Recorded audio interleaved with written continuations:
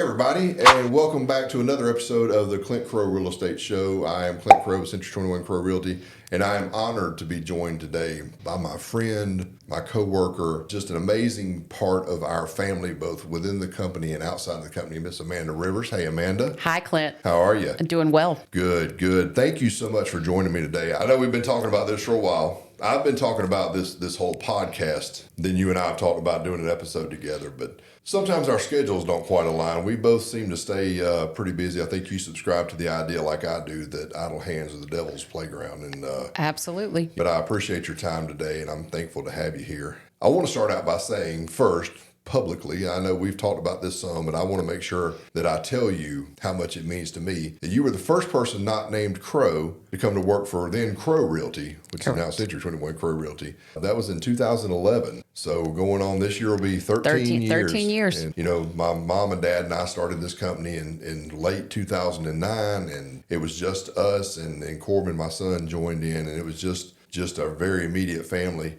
And the first person from outside the immediate family to say, hey, I want to be a part of that, and I'm going to trust you to help me in my business was you. And that's always meant a lot to me, and I appreciate that because that's a big deal to me. You know, everybody who comes to work with our company is basically saying, look, I'm gonna hitch my wagon to your horse. I'm gonna take my dreams and entrust them to you to help me get where I want to go in my business. And that means a lot to me. So sincerely, thank you for that. You mean the world to me for many reasons, but that's definitely one of them. So I appreciate you. Thank you. It's been you've been a wonderful boss, a wonderful mentor, a wonderful friend, a wonderful family member. So can't imagine being anywhere else. I get calls all the time asking me to come somewhere, and I said, as long as Clint Crowe is in this business, I will be right beside him. Well, so 13 of my 18 years have been with you. Well, thank you. Like I said, that means a lot because I know you. You're a treasure, and a lot of people would love to have you in their company, and we get a lot of folks like that. And people say all the time, they're like, man, folks are trying to recruit your agents every day. I'm sure because they're awesome, and fortunately they stay because I hope that I'm doing the right thing to, first of all, help them be successful, but secondly, to treat them the right way. And I think as long as you do that, you don't worry. If somebody decides to leave us because I haven't done something that they've needed or I'm not offering something that they need, sometimes you can't avoid that, but a lot of times you can. And I'm thankful that's been the case for you and that you're happy. And I know you're successful. I mean, you have been, considering all the other things that you do and all the other things that you're involved in, always amazes me. People tell me all the time, they're like, man, I don't know how you do all the things that you do. And I'm like, man, you ought to see Amanda Rivers and what she gets done. It really is amazing. We're going to talk about real estate a little bit first. How long you been in the business, and then a little bit about maybe last year compared to the year before, and then maybe what you're seeing now. Right. Well, 2020, I've been doing it for 18 years. So I got my license, moved back to Jackson. So I've been back 18 years and worked with a couple of other brokerage firms. And now I can't imagine being anywhere else. I've always been kind of a part-time thing for me because I've always had other sources of income. Mm-hmm. And Daddy always said multiple streams of income. Mm-hmm. So that's what I've always subscribed to. And 2022 was the best year out of all the 18 years that I've had. And it was unbelievable. I mean, I wish I had a penny for every offer we wrote. You'd write an offer, you'd write for one client, you'd write 25 offers and hope one stuck. Yeah. And but I sold 36 houses that year. And that's the most I'd ever sold. And so then, things were going great into 2023, and then it just halted. So it wasn't as good, but it was still better than some other years I've had. So I had always said, if I could sell 12 or 15 a year, I'm happy. And I sold 16 last year. So I have a wonderful group of referrals from clients and friends and family, and I have a great sphere of influence. So. Yeah, and that's so important. I know we talk about that a lot. And those of us who have been around the business, I think you find that people who have been in the business the longest, who have the most stable, the longest tenured business, really operate off of repeat referral clients. That's something my mom always did, and she drilled into me. I mean, that's where her business came from. That's still where some of my business comes from. Right. I had a client last year reach out. He was actually the son-in-law who had power of attorney for his mother-in-law, and he said, "I'm calling you because my mother-in-law told me to, because your mom sold her this lake house 30 years ago, and she said I had to call you." And I said, "Well, thank you very much." That's it's a testament to how my mom did the business, how she treated people, and that's not a one-off. I hear that a lot, and I'm always thankful to hear that. It really makes me appreciate how she did the business and what I was able to learn from her. But yeah, last year was a little bit off, but I mean, 16 is a good year. That would be a banner year for a lot of people. Right. In comparison to, you look at all of our numbers, we check a lot of our company numbers and things like that, and we look at year over year numbers, and they're like, man, that year over year, it looks like you're collapsing. But it's because 2022 was such an anomaly and such an outlier, I think. And 21 wasn't. 20 and 21 were good too. I mean, when COVID was along, we were still showing houses. We were still selling houses. I think I sold 20 that year. I think I sold 24 the next year. And then, but 24 to 36, but it was awesome. It was a fun ride, but it was busy. Yeah, Boy. That's an extra one a month. And you touched on this, the number of offers that you were writing to sell those 36. Right. That's so many people would outside the business would say, "Man, I bet y'all are loving this. This market is great for you." And I said, "Well, I mean, it is good. Don't get me wrong. It was a great market. We were selling a lot of property, but the amount of work, if you broke it down to what you got paid per hour, I don't know that we'd have met minimum wage a lot of times, because I mean, there were so many agents writing so many offers just to get one deal for their client that they did sell a lot, but man, they had to work so hard to get everyone. It was like a knife fight out there. It was. I think this year is going to be a little better. I think your year started off pretty good now. Yes, I have 3 closings next week, and then I just put another house under contract yesterday. I have a new lake listing coming on Tuesday. The irony of that is that we used to live on the lake when I was growing up, and my dad sold the lake house to put me through college. I graduated from Emory, and so he sold the house for that. And this house was our next door neighbor. Yeah. So at the time there weren't other houses between that house and this one. And so it's kind of special that I get to list this house. So it's a great house. I'm very familiar with the house. I think I know the people who own it now, if it's still the same person that has a little business in Jackson. Absolutely. A couple of businesses in Jackson. Couple of businesses in Jackson. I remember when he bought that, we had actually talked about it. I knew the previous owners and his friend, and we had somebody look at it. It was an off-market kind of thing. We had some buyers looking and took it and showed it.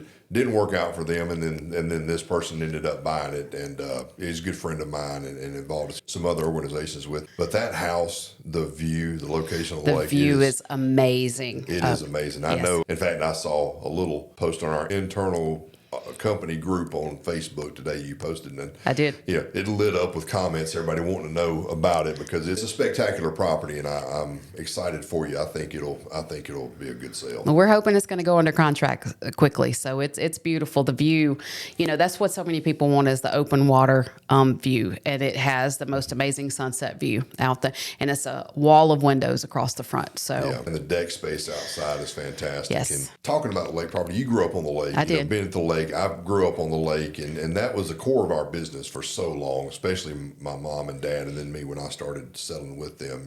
Really what we did was lakefront property on Jackson Lake. And I told people the unique thing about it, they would come and look, and they would be, they'd say, "Well, this house is, and I told them, I said, when you're looking at lake property, the most important things are the location of the lot and the characteristics of the lot. Anything else can be changed. Absolutely. You can change the house. You can change the colors, the design. You can tear the darn thing down and build back if you want to. It's real hard to move that lot to somewhere else. Absolutely. Because what you're looking for in a lake property, a lot of times is going to be more about the outdoors. It's going to be, you want to take advantage of the lake. And so, and this one has a big view on very open water. Some people like, Cove. They all think they want big water, and sometimes coves are nice because they're quiet and peaceful. And so, but you want to make sure that you have a real good idea of what you're looking for, what you want in a lake house, and then find the lot that's going to be most conducive to that. And if you can find a house that's perfect, great. If you can find a house that you can make perfect, that's probably the one you want to go with, as long as the lot's got everything you're looking for. Well, Jackson Lake has changed a lot. Oh, yeah, it has. The peninsula has really helped the prices go up as well. Yeah. So, but Jackson Lake is not the little bitty quiet lake that it used to be. So people are moving down from Atlanta and from other states, and they're making it a full-time home. Yeah, it had been a well-kept secret for It a had. pretty long time. Part of me was okay with that, and part of me, that needed to eat and feed my children was, thinking I wish a few people would find out about it and Right. come buy a house. But yeah, I think the secret is definitely out now. I think the peninsula really, really led towards that, but really just the quality of building all around the lake, what it was from when you and I were kids growing up out there is just, I never thought I would see things like I see out there now. It's just incredible. Prices, but then the houses too. There are some beautiful houses on that lake. And yeah, people are moving there full time. Yes. There's a lot of negatives that came from COVID. There's also a couple positives that people learned to work a little more remotely. Correct. They learned they could live kind of where they wanted to. They didn't have to live necessarily in town, but they could learn how to work and live somewhere else and work a little bit remotely. We've had a real good run of expansion in broadband internet down in that area and around the lake. That's really facilitated a lot of that too, because that is a crucial utility. We were talking about it at the Capitol, I think yesterday, as a matter of fact, that about how it's almost like the introduction of electricity to homes back in the early 1900s. I mean that's kind of what the internet's like now. The expansion of that is almost akin to what it was like to have power run. It's one of the first questions when people ask me about a property is, what internet do they have? And you would think that we would all have internet, but believe it or not, I don't have internet at my house. I have no options other than wireless internet. When I moved back 18 years ago, the AT&T man said, oh yeah, everybody's going to have DSL. Just give it about 6 months to a year. Well, that was 18 years ago. I still do not have an option. I have EMC in my pasture. I can see the pole from my house, but they wanted an exorbitant amount of money to connect to it. So since I'm a Georgia Power customer, but it's important. I mean, everything we do is electronic. Everything runs off the internet. Yeah. I mean, people that are watching this Yes. are going to be streaming it Correct. through the internet, Correct. right? I mean, if you don't have internet now, good quality internet, it's almost like not having indoor plumbing. I mean, no offense. You have wonderful indoor plumbing, but your internet is not so hot. But that is changing, and I know it's finally. We just got it. I just got fiber internet 2 weeks ago. We were in an area. We were, Central Georgia EMC had done a big project. But we're in an area of the county up on that side of the lake that's serviced by Snap and Shoals EMC, right. So they don't have that because most of their coverage area had other options. We had AT&T, some Uverse and stuff like that. That's 24 meg Uverse, which is now if you have 24 under 25 megabytes per second, megabits per second, whatever. Maybe I got that wrong. Y'all can tell me in the comments if I messed up the vernacular. But if you have less than 25.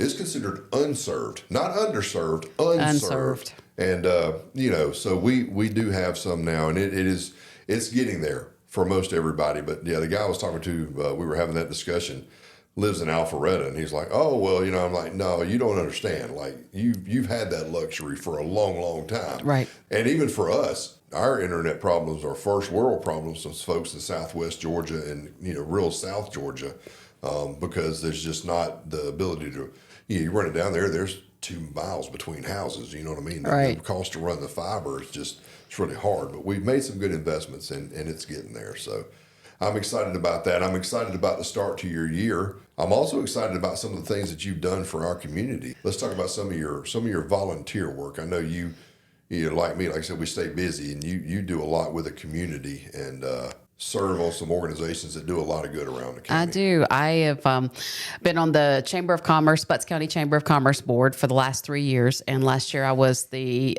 chairman of the board. And so I'm the past chair this year. I've been very, very pleased with the Chamber of Commerce. We have done some amazing things. The Butts County community has changed a lot. One of the best things that's happened is our executive director, Lisa Durden, came. She retired from the state, and then she came and said, I think I want to do this part-time. So she came and has been amazing. She brought so much knowledge to our community and has just, it's not the same chamber it was, 5 years ago. Yeah. And it's not the same community it was 5 years ago. That's right. The square has changed, the business has changed, the industry has come. The IDA that we have is doing well with the interstate development and everything. So all those businesses are coming, and it's great because if the businesses are coming, the people are coming, and that's growth and that's business for me. You know, so I'm pleased with that, and I want to be involved with my community. You know, I want to know what's, and I'm rolling off the board in March, so I'm very sad about that.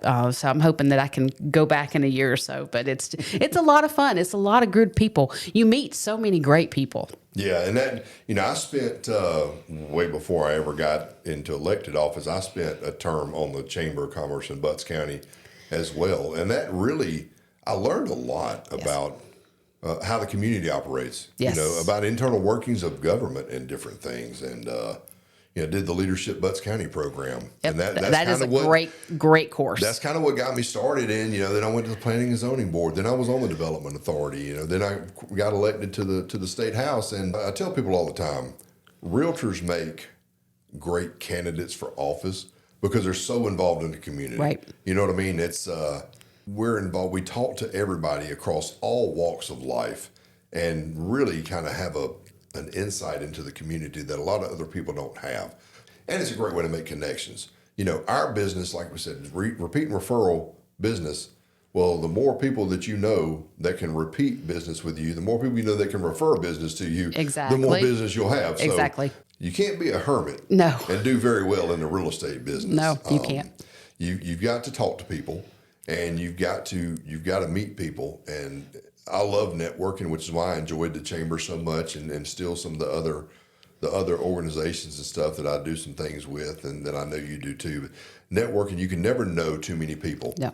And talking about Lisa Durden, I also want to publicly thank her for all the work she's done. I was so excited when she was getting that job. I was a little sad because I had just gotten elected and was going to be going to the Capitol. Okay. And she was retiring. She'd worked for Governor Kemp in his office, and I think she was in constituent services or one office of his, of Governor Kemp's office. She'd worked with him at the Secretary of State's office and then went over to him within the governor's office. And I was like, all right, I'm going to get to work at the Capitol and see Lisa up there. And she's like, I'm retiring. And I was like, well, okay. But then she told me she was going to, work part-time as executive director. And it started part-time and then it became full-time. And she's done it for over 3 years. And I'm very sad to say that she is retiring again. Yeah. So it's just, it's a lot. And she wants to travel and she wants to go and do. And we can't thank her enough for everything that she has done and that she has brought to our community. We have, the way the chamber is structured now, we now have a tourism director. We have a tourism board. We have a thriving chamber board. Our chamber is growing. Yeah. We have all different levels. And, somebody asked me, why should I join the chamber? Well, it's a way for when someone comes to the community, they look at the chamber to see what businesses are, if they're looking for someone to clean their home, or they're looking for someone to work on their home, or they're looking for an event venue, or they're looking for a restaurant. They look at chamber membership because we have a chamber directory and there's benefits through the chamber. So it really is a great place for businesses to join. And we're going to have some big shoes to fill with Lisa retiring, but that position will be posted, should be after we have a chamber board meeting next week. So it should be posted after that. Okay. So if someone's interested in being the executive director for Butts County Chamber of Commerce, please apply. Yeah. And they're going to be big shoes to fill. Absolutely. But, I think she's earned her retirement, and she has definitely got the chamber in a fantastic position, very much on an upward trajectory, has done a lot for the community. I was talking to somebody not long ago about Butts County, and there was a span there since 2020 where I said, man, we are really in a good place. But Butts County is going to be in a good spot. I got elected to the state house as a state representative. Burt Jones was our state senator, now our lieutenant governor. Right. Mike Collins got elected to be our U.S. congressman. Lisa Durden retired and came back, a hometown girl coming, back to work at the Chamber of Commerce and be the executive director there. Brad Johnson, leaving in Henry County government for a long, long time, came back to be the county manager for Butts County. Carlos Duffy, Mayor Duffy, coming home and get elected mayor of Jackson. A lot of people who grew up in Jackson, who understand the nuance and the beauty of Jackson, being able to get into positions of leadership to help the county. I'm very excited. You know, we've had some folks outside, and this is nothing against outside folks. People say all the time, in Jackson, they don't let nobody in. Well, I mean, that might have been that way for a little while, but it's just a special place. It's just a place that there's not another community that I've run across that's like that, with its cohesion and the closeness of people and just the genuine care about each other. And I think it's special, and I think that, you know, people try to protect it. It's seen as though we don't want outsiders, but it's just a very close-knit community. And I think having people like yourself who grew up there, who come back, who get into business there and get involved in leadership positions in the community, I think it's great, because we know what it is, and we know how to move it forward, but still keep that specialness about it. Right. It is a special place. It's changed a lot. Yeah. I've been back 18 years now, and never thought I'd be living back in Jackson again. But my dad passed away 18 years ago, and I moved back home. My mom didn't want to move, so I moved back home. And it's a great place. It is. It's small town. Yes, you still have to drive, 15 minutes to get to a Walmart, but that's okay. Yeah. Because now we have Amazon, Right. and it's a different world than we live in. We remember when we used to go to South Lake Mall, and that was the happening place to go. I remember that. Yes. And, now Amazon brings everything we need. We just live in a different world, but it is a great community of a lot of really good folks. And we do have a lot of outsiders that have now become hometown people and brought a lot of good ideas to our community. But it's a good place to live, and it's really moving in the right direction.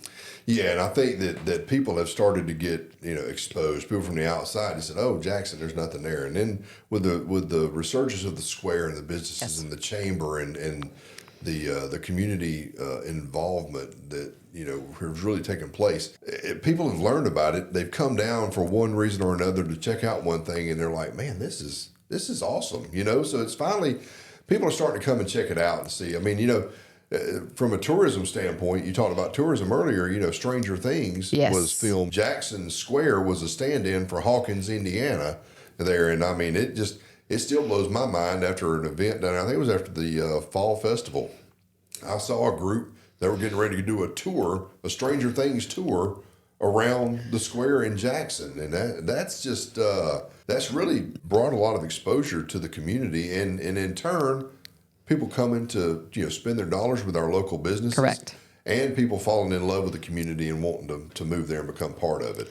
Right, absolutely. The Stranger Things is really popular, and some people have even turned that into a business opportunity. Yeah. And we have the escape room, we have the Stranger Things store, and in the courthouse, they come through the courthouse for tours, because that's where the chamber office is. Yep. So yeah, it's definitely whoever thought Little Jackson would be in a TV show. So Yeah, Hawkins. Yeah, that's exactly right. It's exciting when I see that. It's every time I'd watch Stranger Things and I'd see it on there, and I was like, I know where that's at. That's Jackson Drugs. I haven't been able to watch it yet.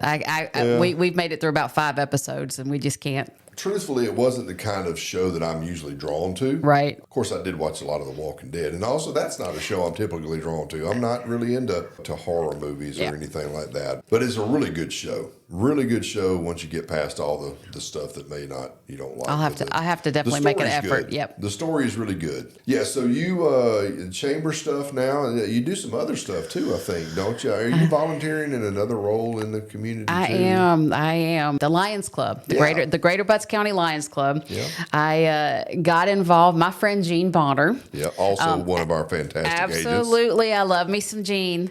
Asked Tatum and I to join the Lions Club, and we finally did, and jumped in both feet, and I am now the president of the Lions Club, and I'm happy to say that in the last year we have doubled in size. Awesome. And very pleased. If people don't know what the Lions Club do, our initiatives are vision, diabetes, childhood cancer, hunger, and the environment. So we focus on those areas in Butts County. There's not a whole lot of organizations left. When you and I were growing up, we had the JCs, we had the Kiwanis, we had the Exchange Club. Yep. There were so many groups out there, and they're not there anymore. Right. They have pretty much all gone to the wayside. Now there's the Lions Club as far as a civic group, groups. There's the Rotary, and there's a group called Love Thy Neighbor. But that's really about it as far as groups in the community. And what we do is we raise money. We have fundraisers. We go out and we put the money back into the community. And we roll our sleeves up and we get to work. We don't just write a check. We go to work. And we're doing a 5K March 9th at Red Devil Hill. And our friends at Jackson Barbell, Robert and Mandy Prine, lost their son, Tyler Prine, to diabetes. So this run is in memory of Tyler. It is the Greater Butts County Lions Club Diabetic Dash for St. Patrick's Day in memory of Tyler Prine. So it should be up on live next week. And so you can register. But all that money is going back into the Butts County community. It's not going to the Diabetic Association. We are trying to find local ways in the community that money can be used to help people with diabetes in Butts County, in the school system. And there's a couple of clinics. And so we're working, trying to get that going. So yes, I'm very excited about the Lions Club. So we do a lot of fun things. So, it's a fantastic organization. It is. It's very time consuming. I had no idea. Thank you, Gene. No idea how time consuming it was going to become, but a lot of great people, and I've learned a lot. Yeah, that's fantastic. It is a great organization, and I know Gene spent a lot of years, kind of in leadership in that organization and doing a lot of that stuff. And the thing that I think I like about it the most is that it is local. It's a local organization that takes dollars raised and puts them back into the local community. And you're right, we don't have a lot of civic organizations anymore doing that kind of stuff. So I thank you for doing that, and I appreciate the Lions Club and all the members and what they do. It's I'll have to see about that 5K. I hadn't done a lot of running lately. I don't know if you can walk, and there'll be a fun run as well. So you can do a 1 mile fun run, which is an out and back. But so me or anybody else really has no excuse for not participating. Correct. Well, yes. That's okay. Yes. We'll see if we can. Please, see what we can do. Please is that a Saturday? Do. It is. It's a Saturday, March the 9th. And then we also have the Kentucky Derby party coming up. Yep. And that is a lot of fun. We watch the Derby, and then we have hat vendors, and we have the 50-50. You can bet on different horses. So, and then we have a silent auction, and then we have a great meal of, typical Kentucky Derby food. We have fried chicken, we have deviled eggs, potatoes, salad, I believe. And then we have a bourbon tasting. So it's a lot of fun. So that is coming up May the 4th. And and then we have another big event is Breakfast with Santa, which we just had. And then we're having a cornhole tournament, July 20th. That's for childhood cancer. So we do have a lot of fun events coming up. Yeah, that Kentucky Derby party, I was there for that last year. That was a really cool event. Yes. It's the first time I'd been to an event quite like that, and I really enjoyed it. It was a lot of fun. A lot of those events occur. There's several years ago there was a new venue that was opened up in Butts County where a lot of community events could take place, and we really never had anywhere like that to do that. And some visionary came up with a great idea to put this venue in, and you tell me a little bit about that. And I really like the way, kind of how that very small spark of inspiration turned into what it's in now. Well, I moved back 18 years ago, and then I got engaged 7 years ago now. And I wanted to get married on water. And at the time, there weren't wedding venues on every corner. So we had found a house on Jackson Lake. We were going to get married there, and the guy was going to owner finance it to us, and he changed his mind. So I had a friend who lived on Jackson Lake and was working in the event industry in Buckhead, and she did high dollar events. And I said, what if we build an event space and you run it? That way you stay home, and Claire was wonderful and started the business with us. And she retired 3 years ago. And when COVID came, and so she retired and moved back to Wisconsin and to take care of her parents. But she gave us an amazing start because of her years of experience. We wouldn't be where we are without her. But we built the venue it'll be 7 years ago in June. So we were talking about it on Super Bowl Bowl Sunday, and we drew it out on a piece of paper.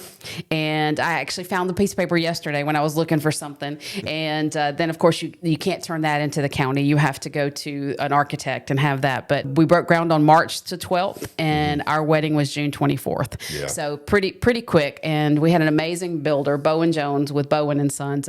Could not have done it without him. But it's amazing how much the venue actually looks like that piece of paper. It looks almost identical to it. So, but we have been very, very blessed.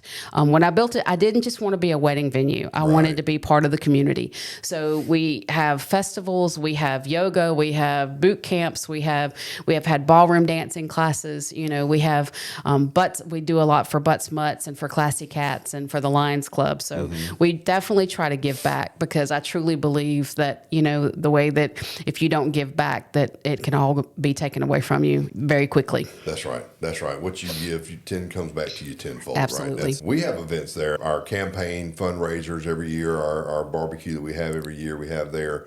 Our company Christmas party. I know everybody sees all the pictures and videos from the company Christmas party. It's always a very well promoted event, I guess is the right way to put it. And a lot of people see it and comment on it, and it always looks so beautiful. And you and Casey really take that Christmas party and just do things that I could never think of, mostly because I'm cheap and I don't tell y'all what to spend. There's not really a budget. I just say make it fun and nice, and y'all do. And then December I usually have 12 ulcers, and then by January I'm fine again. So. Right. I'm not gonna lie, it's stressful putting it together, because every year everybody has a great time, and then you've got to make it better than last year. Right. So it is not an easy task, but we do it, and I appreciate you having the company party at the Rivers Ranch, because that means a lot to me. Well, we're family, and family helps each other, right? You and I were talking about our new building here, and just outside the studio where we're recording this is our big training room, but it's a very, very large room. Right. Nothing like your facility, and it's nothing on that level, but it's a great space for maybe smaller, I don't even want to say events, maybe training seminars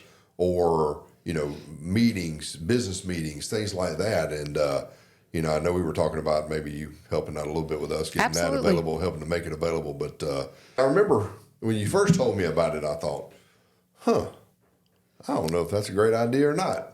And as I watched it get built, I said, well, I don't know if that's going to work or not, but I have a lot of faith in Amanda, and if anybody can do it, it would be her.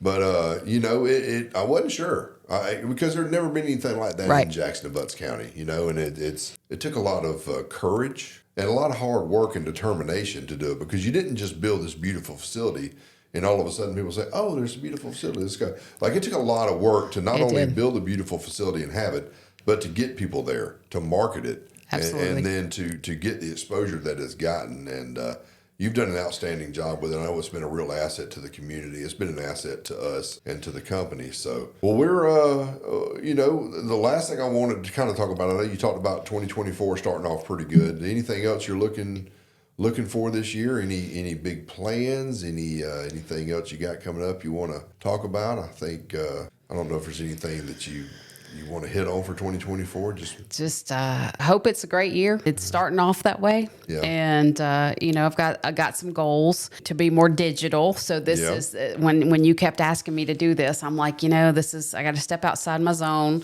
getting more in with technology. As we get older, we get more set in our ways, but technology really is the key to any successful business. And I'm having to do the same thing with the venue as I am, with real estate. Yeah. Social media is the key. Yeah. You have to, and you're not rubbing things in people's face, but you do have to remind them, because so many people have their real estate license. You have to remind them that this is what you're doing, and they see you, and they see you got this closing, you got this house listed, and that's like, oh, I should give her a call. And I have to say that the venue has helped my real estate career very much so, and it was a lot of work, and it is a lot of work. People don't understand what it takes to maintain the venue. I don't pay big money to market it. I use social media. I use word of mouth. Yeah. And, I don't know if people realize when we built the venue, it was a short period of time, but we also, built a brand. Yeah. We built a lot of the venue. We built all the farm tables ourselves. We built a lot of the stuff in the bride's house. We built the bars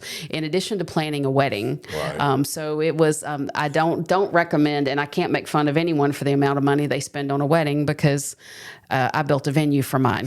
So, Yeah. but it Yeah. really has helped me in my real estate career because I meet so many people, and it allows me to give back to the community, and it helps me sell houses. Yeah, and that's, we talked about, meeting people and building a relationship and networking, and that's really the key. You need to know a lot of people. You do. But those people need to know you and know that you sell real estate, right? That's the key, is to remind them to stay top of mind with your business. This is something I talked about for a long time, but I was really hesitant to even start doing video. And I got a lot of prodding from people, by people, mostly Casey. Right, saying, mostly Casey. You need to start Thanks, doing Casey. video. And I'm not as young as I used to be. And it's I didn't grow up in a world. You and I didn't grow up in a world of social media, and I'm where people older than you, by the way. Not much, and nobody would believe you anyway. But we didn't grow up with a cell phone with a video camera in our pocket. No. With a high-end digital camera and video camera that you could have with you all the time. That wasn't the world we grew up with, and we didn't have those devices, and so it's different for us. But I like it because I think that's the way now that you meet people. I'm still a big proponent. I love meeting people face to face. I love talking to people face to face. I like to have personal conversations with folks in person. But you've also got to utilize and understand the way of the world now that is social media is a big part of it. And you've got to get out there and you've got to get people, let them know you. And that's why this was so important to me. It's a way for us to connect with folks, to talk to people about what's important to us with our real estate business and our real estate careers, but outside of that too.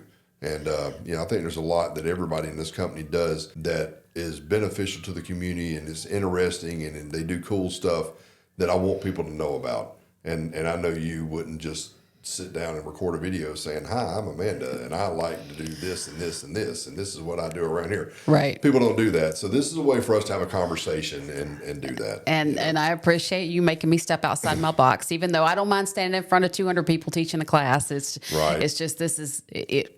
It's different. It is different. When you It's sit different. down and you put that microphone in front of your mouth, you're like, this is unusual. Right. So, but I enjoy it. It's and I enjoy having you here. Thank you for being here. And I know 2024, you and I have both, we're going to make a commitment. We're making a concerted effort to play golf. Yes. At least Twice a month. twice a month. Okay. 12, 13 years ago, we used to play a lot. Yeah. Neither one of us were near as busy as we are now. And we both have taken charge of our health this last year. Yep. And as we're getting older, we realize how important it is. Yeah. And it's better to do it now. So we're both back in the gym. We're both trying to play golf more often. And a golf course is a good place to network too, It is. It is. And we can go out, walk 9 holes and play. And Yes. So, yeah. And you sort of alluded to this thought a little bit earlier when you're talking about the venue and the amount of work it takes to get all that done. So many people all the time, there's a saying that I heard and it really stuck with me. And it says, everybody says, I want to have what you have and do what you do. But do you want to do what I did to get where I am and have what I have? That is something that way too many people don't realize.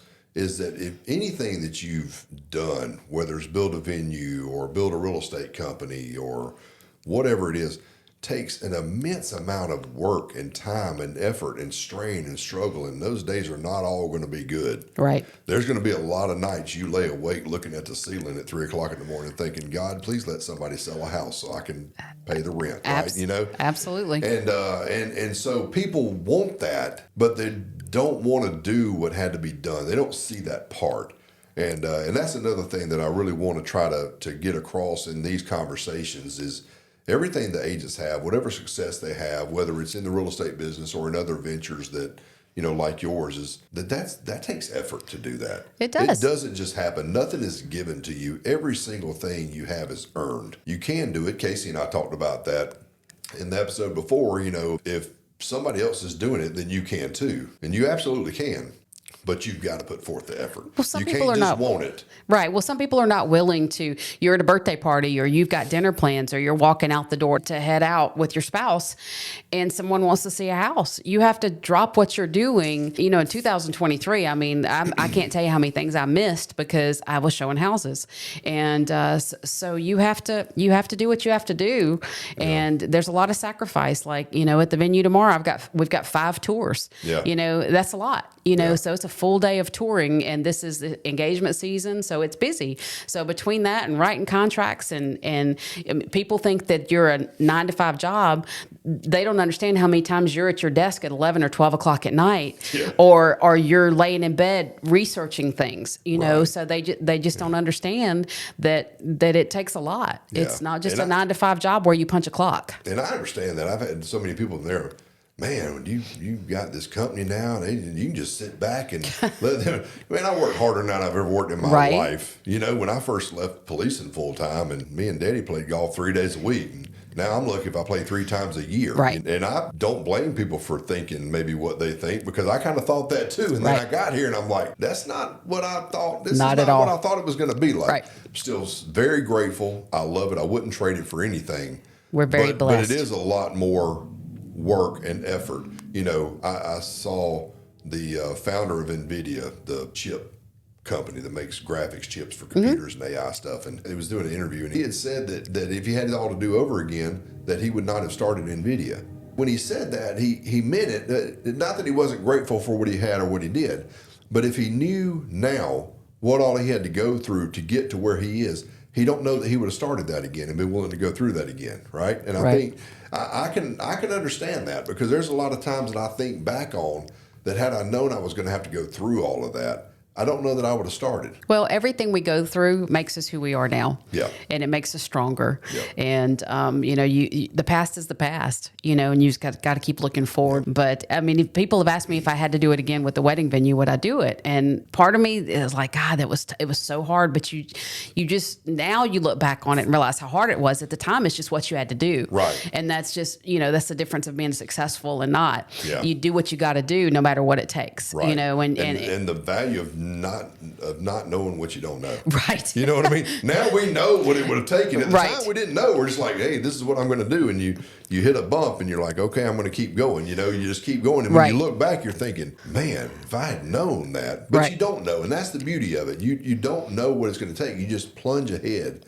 And when you look back, I think I have more satisfaction now, having gone through some of the tougher times, the leaner times, Yes. the Great Recession and all that. I've got a lot more appreciation and more gratefulness for where we are now because of what we had to do to be where we are. So Right. Well, I bought my first house at 9% interest, Yeah. you know, and then so now I've seen, you know, we were down to 2.5, 3s. Mm-hmm. And then I'm so excited for 2024 because the interest rates will come down. I have a list of buyers this long Yeah. that are sitting on my desk that just can't find what they want, that it's got to be the perfect place that they're willing to pay 6% interest for. So I'm hoping that we can get back into the 5s closer to the election, and that this will be 2024 will be another great year for real estate. What's going to happen is we're going to get multiple offers when the interest rates come down, and the prices we're going to be over asking again, I believe. yeah, I think so. I think rates they're starting to come down. They've been coming down steadily, and I think they're going to continue to come down throughout this year. I think when you see the Fed start to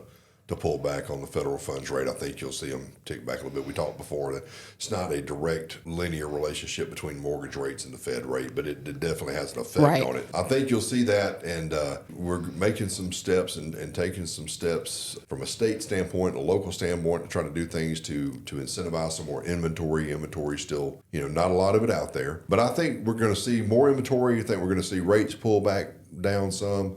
We've got more good paying jobs coming to the area that will, Yes. you know, keep people, you know, the ability to retain gainful employment, and that all bodes well for the housing market. So I think it will be busy. Hopefully it will not be too busy for you and I to Play golf. go play golf 2 times a month. Absolutely. We're going to have to make that commitment. I will try to hold you to it if you try to hold me to it. I look forward to it. Sounds like a plan. Yeah, thank you for being here. Thank you for being with us, and thank you for being part of our family. And I enjoyed having you on the show. Thank you, Clint. All right, see you soon.